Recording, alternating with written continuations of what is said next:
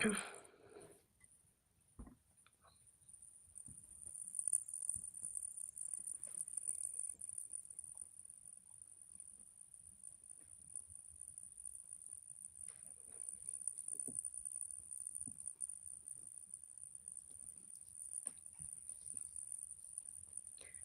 evening and welcome to OCEARCH After Hours. I'm Kara Lawless, Education Coordinator for OCEARCH, and joining me tonight is OCEARCH's Senior Data Scientist, John Tyminski. I'm so glad you're joining us as we take a deeper dive into our global shark tracker and the sharks that have been tagged this year.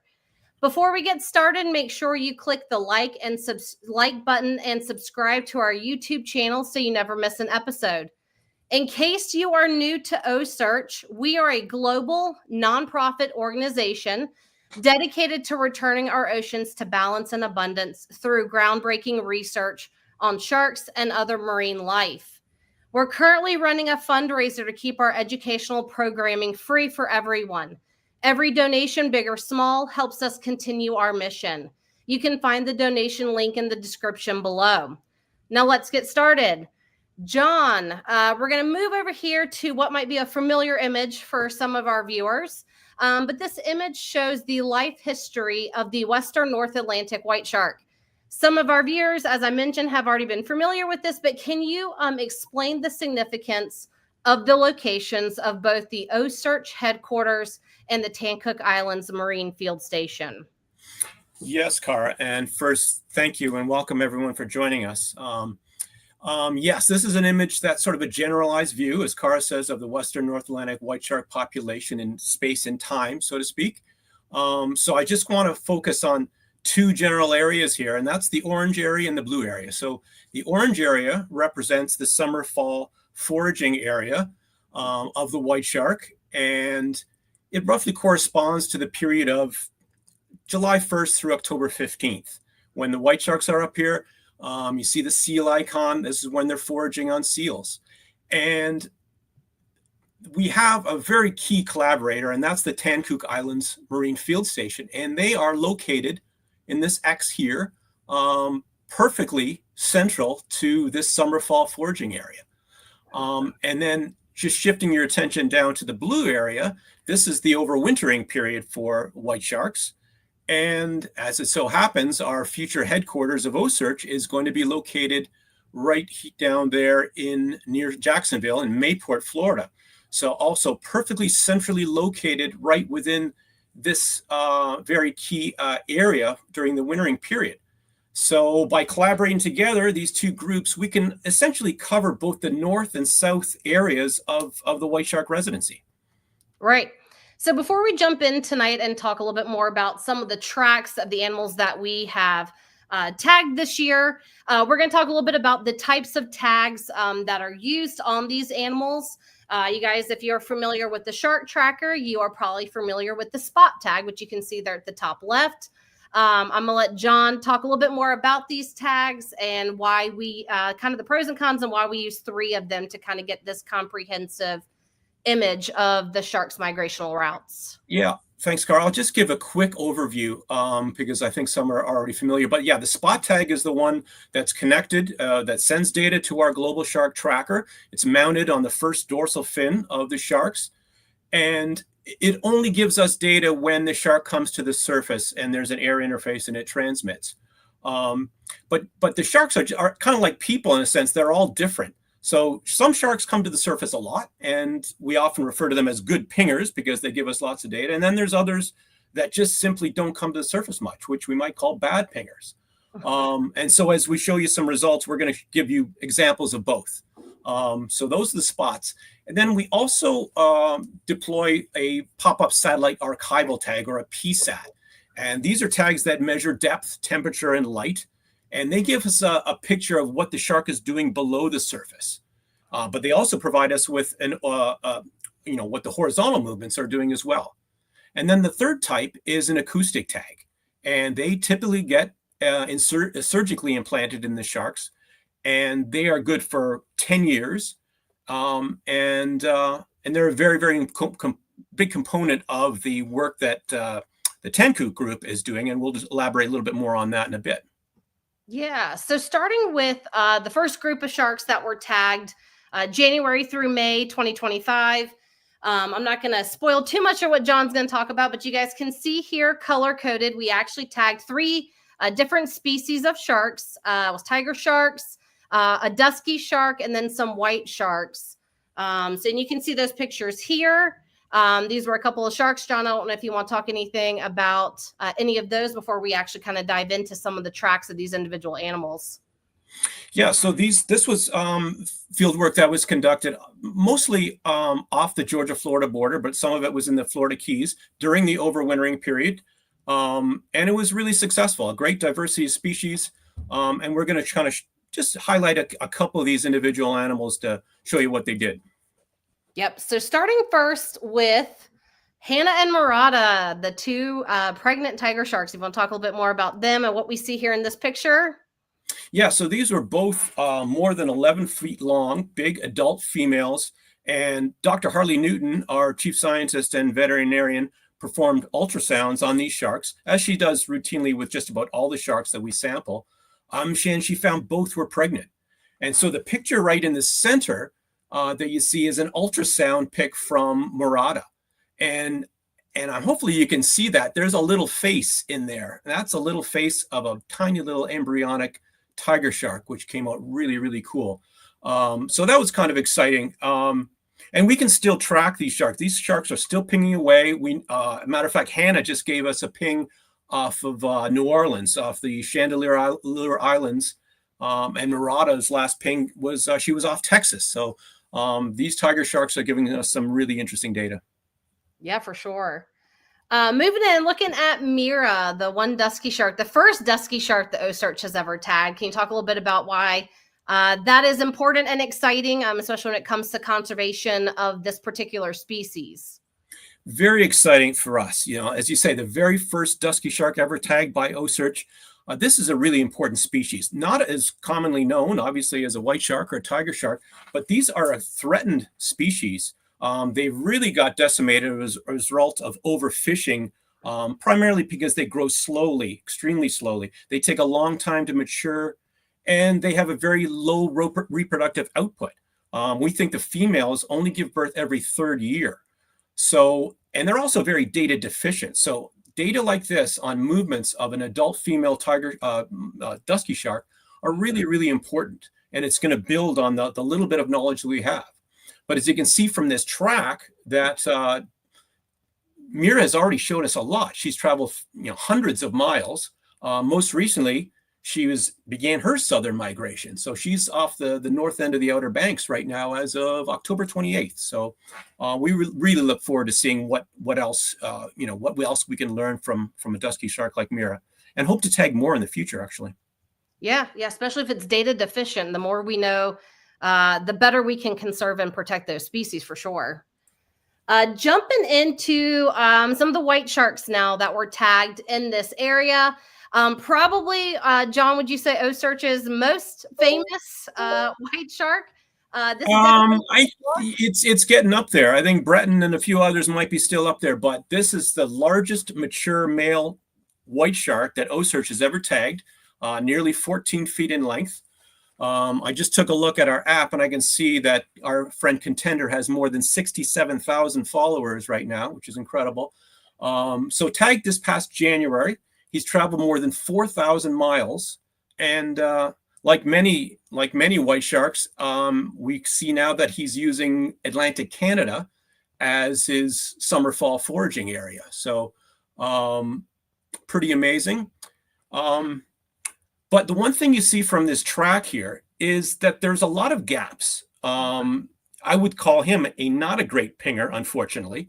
And this is why we tag with more than one tag type. And we're going to get into that a little bit in the next slide. Yeah, so pay attention. You can see where he really kind of pinged in a lot kind of off the coast of the Carolinas all the way down to Florida. And then it seems like it kind of spaces out as he goes to Atlantic Canada. And so, John, you can talk a little bit more. This is why we employ more than one tag so that we can get that comprehensive picture. Can you tell us a little bit about what we're seeing here? So yeah, Contender was triple tagged. He received all three of those tag types that I described. And this slide is showing a little bit of what we get from the PSAT tag, the pop-up tag. And we program that tag to detach after 170 days, because these tags don't give us any information until it comes off the shark and transmits from the surface of the water. So the first panel on the left shows the path, the projected path that Contender took during this 170-day period. And as you can see, it's a lot more detailed and doesn't have the gaps that the spot track had. And so it really is filling in some voids of where this animal was during different periods, different months, which is a huge asset. Then the other panel on the top, remember these tags measure depth and temperature. So that's what we're seeing here. We're seeing a time series of depth in blue and temperature in red. And one of the things that jumps out at me is the fact that contenders seem to spend almost every day at the surface, but also at depth. So there was a lot of up and down vertical movement here. We can see that he's went down at least as deep as 718 meters. That's about 2,300 feet. That was his max depth. But his average depth was about 117 meters, which is more than 300 feet. So he seemed to have a tendency to spend time in deep water. And then on the temperature side, pretty broad range. During those 170 days, he went from as cold as 5.5 degrees Celsius to as warm as 28.6 degrees Celsius. So quite a range as this animal is going up and down in the water column. Yeah. John, taking a look there at that kind of image at the top right that shows that kind of water depth and temperature, why do you think Contender might be spending some extended periods of time deeper down in the water column? Well, yeah, I was just going to allude to that in the next panel here, because this bottom right graph shows how much time he spent at different temperature strata. And so Contender spent about a quarter of his time in water that's deeper than 650 feet. So the question is why? And what we think a large shark, a large white shark like Contender is doing, is going down into what we call the deep scattering layer. This is something that's created during the daytime because of vertically migrating plankton, zooplankton. They go down deep, usually around 400 meters or so, and this creates this dense layer of life. And of course, where there's plankton, there's going to be predators. There's going to be small fish. There's going to be squid. There's going to be larger predators that follow them all down there. And so this is a pattern that you see with a lot of large pelagic predators like a white shark. And Contender, being a bigger animal, he can tolerate the cold temperatures down there more so than a small shark. So we tend to see it more so with the bigger animals, like mature males. Right, for sure. And they have to also be off the continental shelf to be able to go that deep, correct? Typically would have to be, yeah. I mean, 400 meters isn't all that deep with respect to the continental shelf, but on the certainly not coastal. Yes. Yes, yeah, for sure. And you can see that some with his tags and tracks like that. Moving over to another popular shark that was tagged, Dold, taking a look at his migration north, and he is famous, and I'm not going to tell you why, but if you want to talk about Dold, but he is famous for some of his tracks up in kind of Atlantic Canada. Yeah, so Dold was tagged right off the Georgia-Florida border, like Contender was. And after tagging, he moved into the Gulf and spent some time during the month of April. He was in the Gulf waters, and then he started his movement north. And by about May or June, and by early summer, he was in Atlantic Canada. And again, Dold was not the best pinger, but one of the interesting things that we saw was that he went into the mouth of the St. Lawrence River. And when this graph on the left, this messy one with all the blue, that's overlaying all the white shark tracks that OCEARCH has tagged to date. And you can see that his Dold's ping in the mouth of the river is all by itself out there. So he's gone the furthest upriver of any white shark to date, of OCEARCH tag, that is. So pretty interesting. And it makes you wonder, well, white sharks are not tolerant to fresh water or even brackish water. So what's going on here? Well, when we look closer at this, we realize that the salinity where he is there is probably about 28 parts per thousand. And so to put that in perspective, full strength seawater is typically about 35. So this is just Dold's in water that's just a little bit fresher than what the water would be, say, in the broader Gulf of St. Lawrence there. And that plot on the right kind of shows that. You can kind of see where the Where it gets blue is a long distance upriver before, which is what the influence of the freshwater, where you really see a salinity drop. But it does ask the question, though, why is Dold moving this far upriver? And of course, we can't be certain of why that might be, but some local knowledge tells us that he may have been following some schools of large fish like tunas and even striped bass that move into this part of the river. So that's our best guess right now. Yeah, but definitely very cool to see if any other sharks venture that way or if he returns to that area next summer. Mhm. Moving over here to Danny, another one that was tagged in kind of the January, February timeframe. Don't know if you want to see, again, you'll notice that there's kind of a common pattern between the Contender, Danny, and Dold's tracks. You see they were all tagged kind of off the east coast, northeast coast of Florida, kind of maneuvered all around. And then you saw them all make that kind of northern migration for the summer months. So, John, if you want to talk about a little bit about Danny and then about his time in the Chaleur Bay. Sure. Yeah. So he kind of like Dole did. He did a little dip south first after tagging. He went and spent some time in the Florida Keys. Well, I can't blame him. I love the Florida Keys too. But then, yes, as you say, went up north, and then, he was a really good pinger at the beginning of the track, but then most recently he's been sort of little hit or miss. So this last ping came on August 10th, and he was right off, as you say, off the mouth of Chaleur Bay, which is in between sort of New Brunswick and Quebec.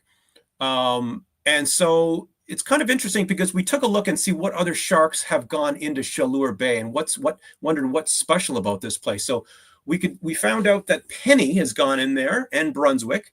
Those are both juvenile. One's a juvenile. Penny's a juvenile female. And Brunswick's a juvenile male. And so, but what's noteworthy about this bay? Well, we do know that it's really biologically rich. It supports populations of abundant pelagic fish like capelin and herring. But there's also harbor seals and gray seals that move into this area, particularly in summer. We've even heard reports that there's bluefin tuna moving into Chaleur Bay. So any of these species might be suitable prey for a hungry white shark that might draw them in there. Right, for sure. If anybody has any questions on the sharks and the tracks that we talked about so far, this would be a great time to put those into the chat. I want to take a minute, John. We saw kind of a common theme with the last three white sharks, Contender, Danny, Dold, that we were talking about, where they seemed to be really good pingers right after they were tagged for a period of time. And then basically it seemed like it was very spaced out. We didn't hear from them and they became kind of, poor pingers or bad pingers. Why? What does that mean, like, exactly? And why, is there any theories to why, they might have kind of turned into bad pingers during that time period? Well, the one thing I can say for certain is that a brand new, fresh, clean tag right out of the box, so to speak, is going to ping better than one that's been out there for weeks or months or years. And that's simply because biofouling accumulates on the tag itself. Now, we do preventive measures to reduce this. We put some antifouling paint on these tags to minimize it. But that's certainly a factor, and we know that plays in. And to some extent, there are some stats that come in from the tag that we can kind of get a handle on that shows changes to the tag. But we can't rule out other things. There's obviously behavior is an important one. That the sharks, different areas would mean that it might spend more or less time at or near the surface, which is the biggest factor when it comes to whether we're going to get a good signal from that shark or not. So, yeah. And behaviorally, we see them come up somewhat frequently, but they don't have to. Right. And they can be 2 feet below the surface. But again, that spot tag needs to be completely in the air for it to get a signal. So, yeah. Yeah. We have a question here, John. How many miles will a great white swim in a lifetime? Whoa. I mean, you can answer at least from some of the the females, like, you talk about Lydia, Mary Lee, the, 5-digit, 5-digit number, miles that they swim. I mean, obviously it's hard to estimate for a lifetime, but at least for the time that we have them spot tagged and we're able to collect that data, what are we seeing from that? Yeah, I mean, it's in the tens of thousands of miles range for sure. I mean, if you certainly can, when you talk lifetime, we think these sharks can live 50, 60, maybe 70 years. So I think it might even be in the hundreds of thousands of miles, given that they can do these Canada all the way to the into the Gulf of Mexico and back, and doing that every year. Really incredible. So that's a great question. Yeah. So I we've wish I had a seen, better answer. so we've seen the sharks go all the way up, like Newfoundland, and not to get ahead of ourselves, they can kind of go out to the Grand Banks of Newfoundland. But how far into the Gulf have we seen the sharks go, John? Into the Gulf of Mexico. I'm sorry. Yes. Yes. We've had them go all the way to the far side, the west side of the Gulf, as far as South Padre Island. That's, I believe, Cabot, White Shark Cabot did that trek. And then we've had a female subadult, Caroline. She went all the way down to the southwest corners near Veracruz. Yeah. And then came back around and skirted came along the edge of the Yucatan Peninsula. So amazing. Yeah. And then, these same sharks are going, in many cases, all the way back up to the Northeast every year. And how they navigate that is just remarkable. Yeah, absolutely. What is the typical cruising speed of a white shark? Yeah, we think that they can reach top speeds at, say, in the neighborhood of 25 miles an hour in bursts, perhaps a little bit more. But cruising is probably a little bit more in that, 8 to 10 miles an hour, in that kind of range. Yeah, I wish I had better data on that, but yeah.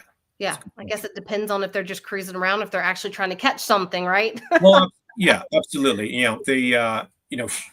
They can just be going at almost on autopilot at times, and then just going at but they have the potential to go extremely fast, and not as fast as a mako shark, but they're quite powerful and built for speed in many ways. Yeah. Yeah, for sure.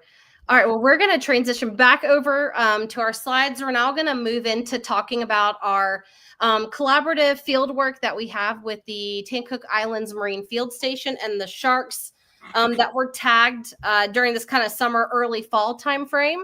So right here, you can see this shows you a map here of where the Tancook Islands Marine Field Station is located.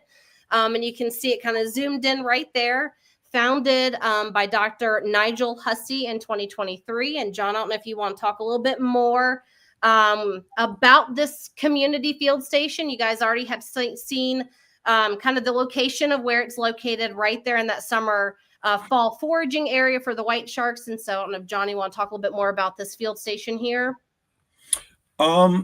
Yeah, I was just on the previous map. The one thing I just want to point out, I mentioned it earlier, is that a big part of the work that Nigel and his team are doing is with the acoustic tags, and they operate an array of more than 80 in around that Mahone Bay area. But just getting back to the general concept of the field station, it's really, I think it's Nigel got this idea 4 or 5 years ago to create this community-based research facility, and he's developed this amazing kind of a living lab where graduate students and researchers can come together and live together and really get sort of fully integrated into the ecosystem there. And in that way, they get a much better understanding of how all these things work together, not just the white sharks, but what the white sharks do and how they affect other animals, the whole sort of an ecosystem-based approach to understanding this.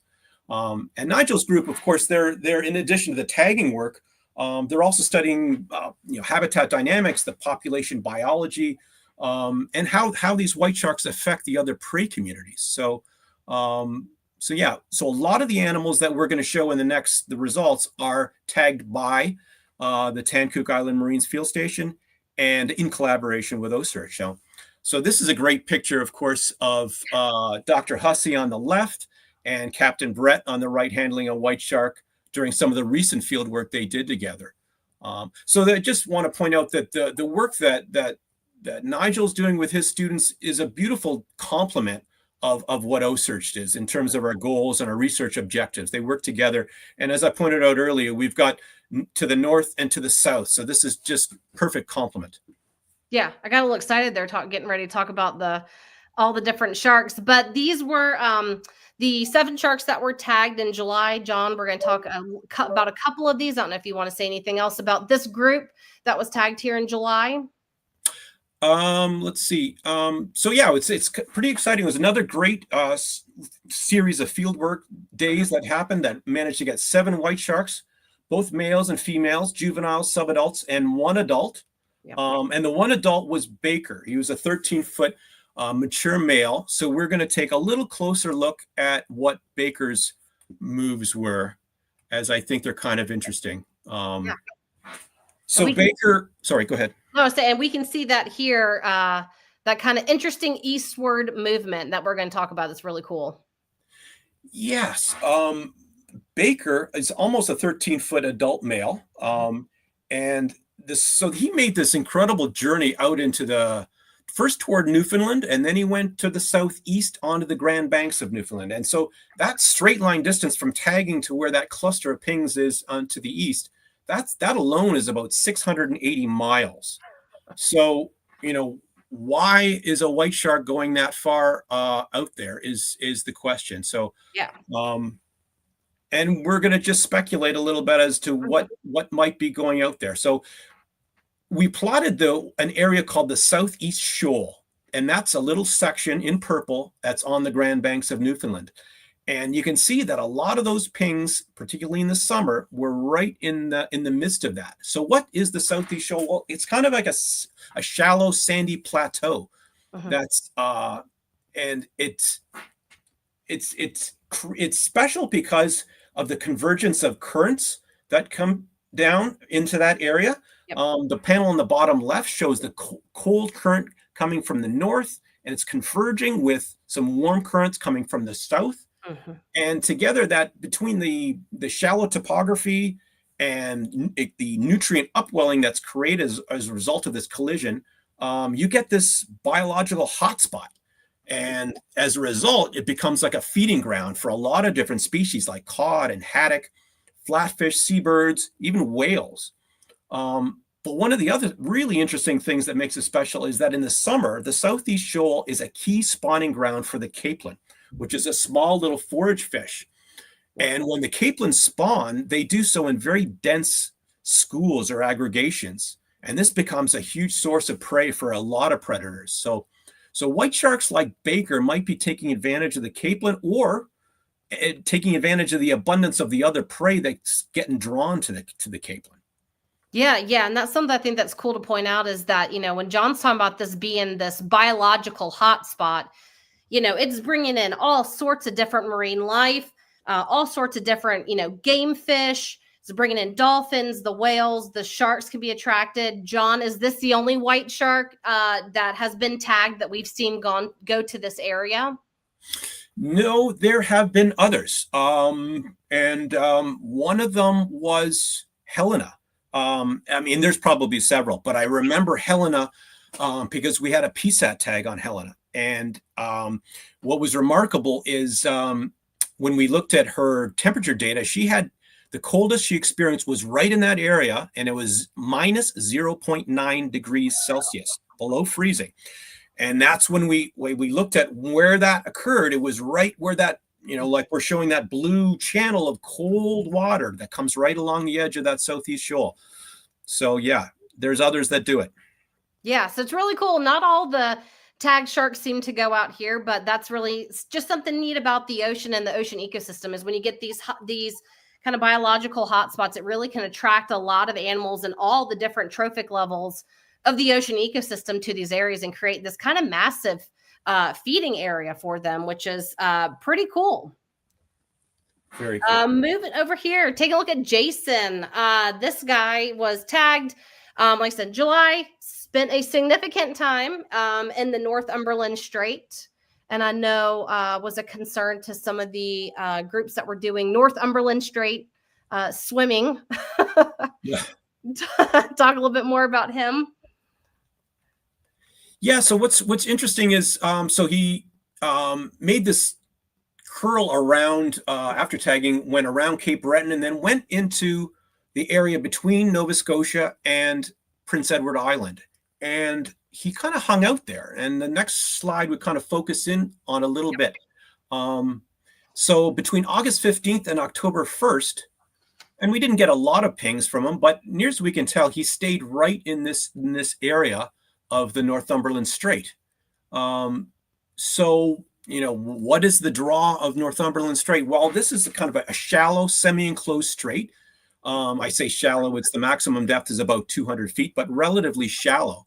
But in the summertime, we know that it supports the warm water that it gets there, because it's a little shallower, supports some pretty massive plankton blooms, and then lots of small pelagic fish, which of course in turns draws in seabirds and marine mammals like harbor seals and gray seals that are known to frequent that area and come out on the beaches and the shore there. So that's our guess as far as what the draw was. But what's interesting, Cara, is that white sharks show a lot of sight fidelity at times. So I'm going to be really interested to look next year. Will Jason go back to the same spot, as we've often seen them go back to the very same area they were the previous year?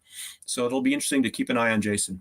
Yeah, definitely that sight fidelity. And it's a kind of a common theme with what we've seen with some of these sharks that tend to spend this time in particular places. It'll be interesting to see if they return to those locations next summer and if they show that sight fidelity, because it seems like these animals are finding hot spots kind of all over, and they're kind of finding their own food sources, feeding on very similar food items, I would believe, but in just specialized kind of localized areas. And they I think it's safe to say they learn from experience, right? So Jason may have been there in previous years, and he's learned that for him, this is a good hunting ground. And so sharks are a lot more sophisticated than I think sometimes we give them credit for in terms of their ability to learn, and of course to navigate. It's remarkable what they do navigation-wise. Yeah. We'll take a few minutes here. If anybody has any questions about those sharks, we can take a couple of questions. We do have a question in here asking about Crystal. Crystal, John, do you have an update on her in particular? You know what? Not off the top of my, I know we haven't heard from Crystal. I'd have to look it up on Tracker here. We haven't heard from Crystal in a while. It's been a while. So yeah, I'm afraid I haven't got anything at my fingertips. I'd have to look it up, but I can follow up with whoever asked the question, because again, acoustic data, right? So even though we'd have nothing from her spot tag, there's a very good chance that we've heard from her acoustic tag. Yeah. And I just have to do a little search in the database for that, but I'd be happy to follow up if someone's really interested in Crystal. I'm pretty sure she's out there still doing her thing. Yeah. So what happens? This is a great question, actually, is what happens when those spot tags suddenly stop working? What are some of the reasons why they may stop working, John? Yeah, the battery life, they're designed to go for what we hope is 5 years for these spot tags. We know that they can go a little bit longer than that, but the reality is they often go much shorter than that. And when you put a device, as we talked about earlier, a device into the ocean, there's a lot of things that can happen to it. We already mentioned biofouling, but you can have the antenna can get bitten off by a small shark or another fish and like that. It could get bent, it could get damaged, it could get fouled.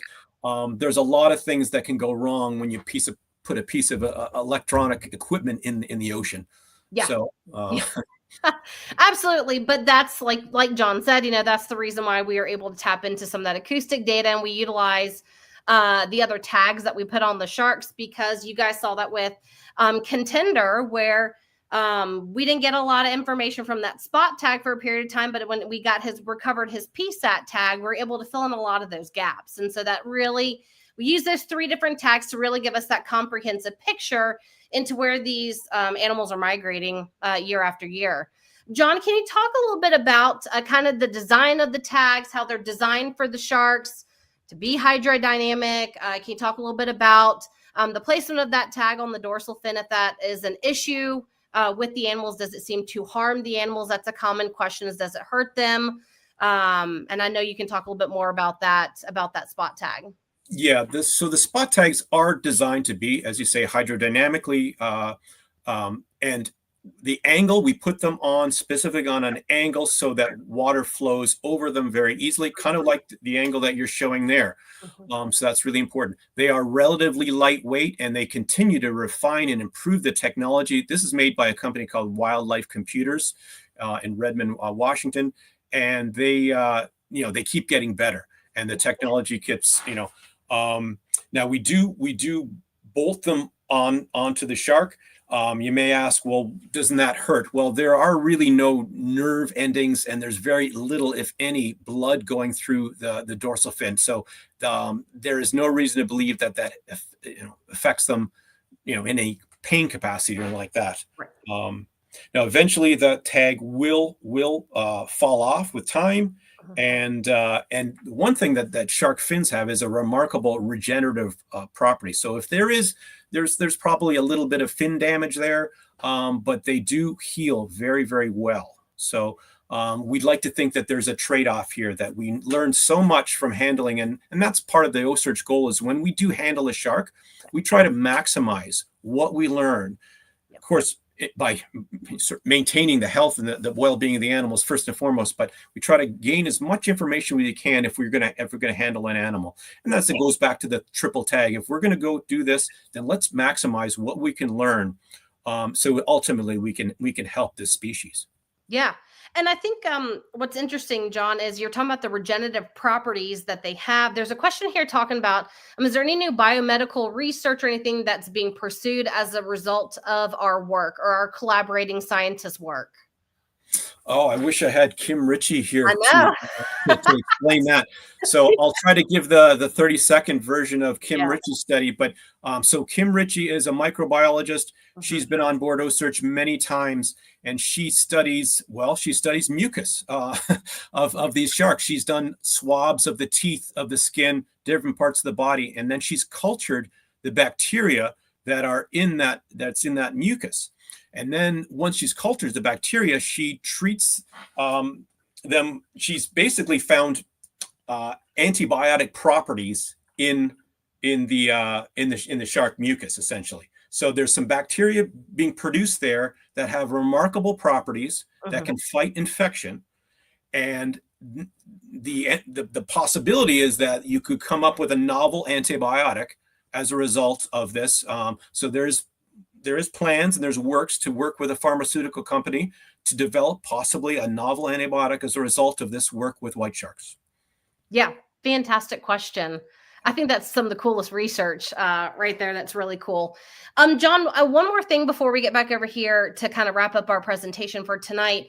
Are we the only group out there that is utilizing these spot tags, PSAT tags, acoustic tags in animals and sharks? Nope. Oh, no. This technology it began probably in the early 2000s. Wildlife Computers certainly has been around for that time. But they have all different makes and models. The sea turtles, for example, that you see on Tracker are utilizing the same types of just different models. They make much smaller versions that can go on much smaller fish, tunas, example, and other things like that. So no, this is a very widely used type of technology, whether you're talking about acoustic tag, PSAT, or spot. Quite diverse. Yeah, very cool. We are going to go and finish up the last little bit of our presentation, but we are going to have more Q&A at the end. So I see there are some questions here that haven't been answered. We will get to those momentarily.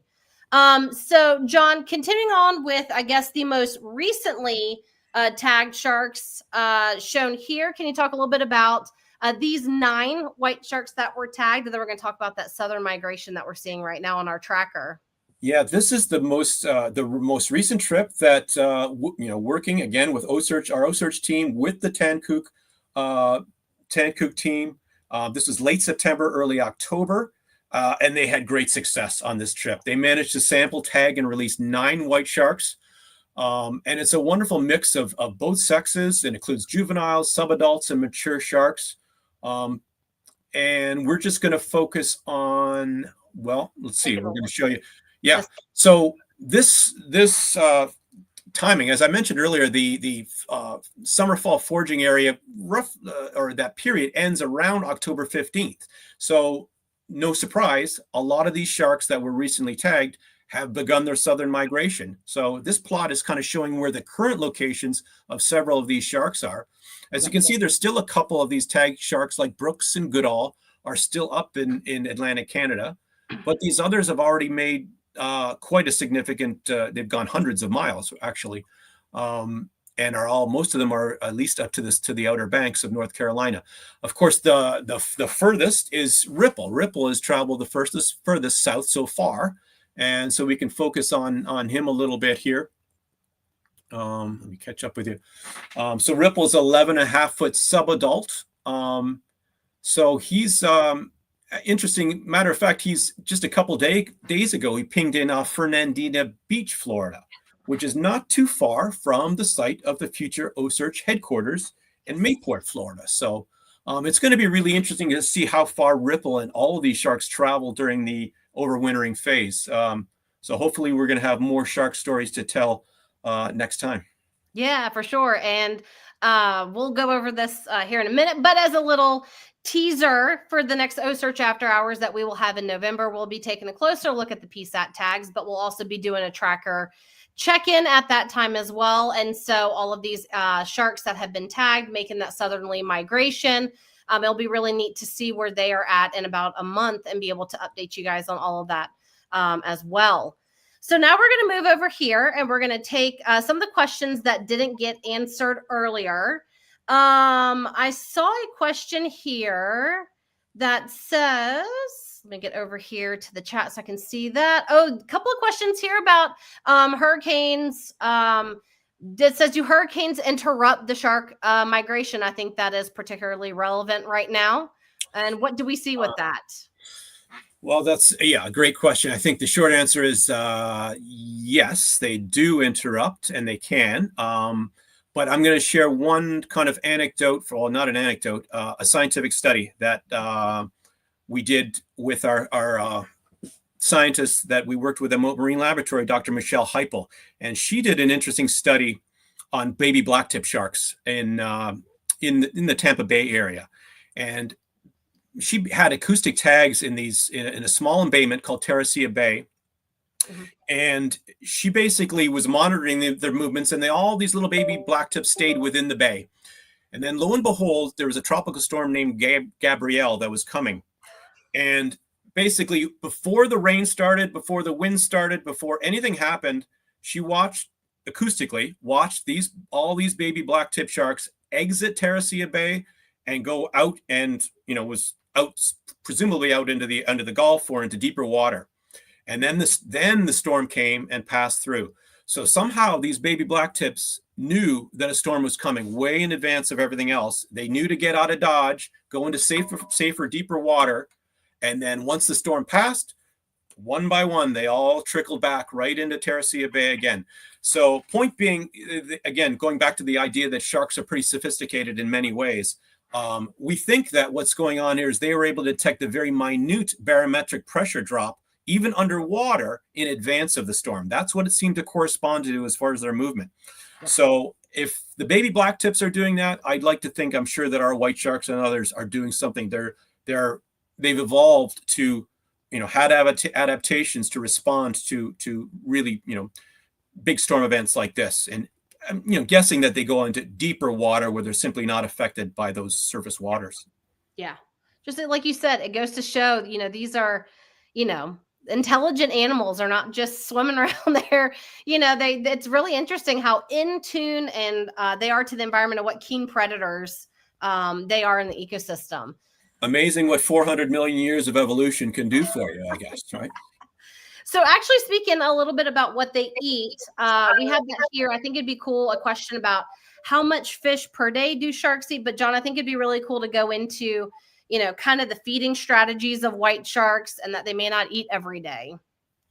Yeah, you know what? That's one of the questions I know that Nigel and his group would like to get a better handle on is how often do white sharks eat? And, I know I don't have a real good answer for that. But I could tell you that their diet is more general and opportunistic than we think they are. It has been. We kind of had a sort of a simplistic idea that they eat fish when they're below 10 feet in length, and then they hit about 10 feet and they start to going to marine mammals, and that's probably generally true. There is a what we call an ontogenetic shift in their diet where they go shift more toward marine mammals, but we think white sharks take advantage of what's abundant. An example we were talking about earlier, going down deep, maybe tapping into squid and schooling fish and things like that. So they're you can't rely, it makes sense, really. You can't rely on a marine mammal all the time because, you don't always have success. So you need to find ways to get resources, to get prey opportunistically. So, and as more diet studies come out, it's sort of bearing that out, that idea of that they're eating a lot more, bottom fish, for example. They're eating, they're eating seabirds. They're eating, that's not in large proportions, but they're getting a little bit of a lot of things, more so than when we think. Yeah, we have a comment here saying they've got a lot of seal scratches on them. They do. I mean, there's no question that Atlantic Canada, for example, and Cape Cod seals are a very, very important, very, very nutrient rich, caloric rich food source. They're after the seals, and the scratches bear that out. Yeah, for sure. We have a question here, John, that says, has a tagged great white ever gotten near Toronto?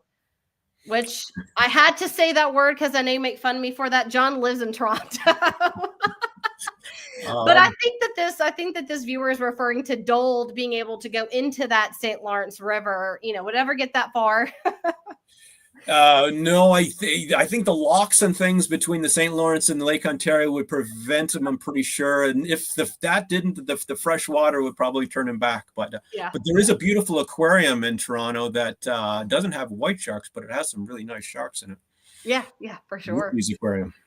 Can you, this is a wonderful question. Can you clarify the difference between juvenile, subadult, and adult sharks? Like, what are the size and weight parameters that we know for those different categories?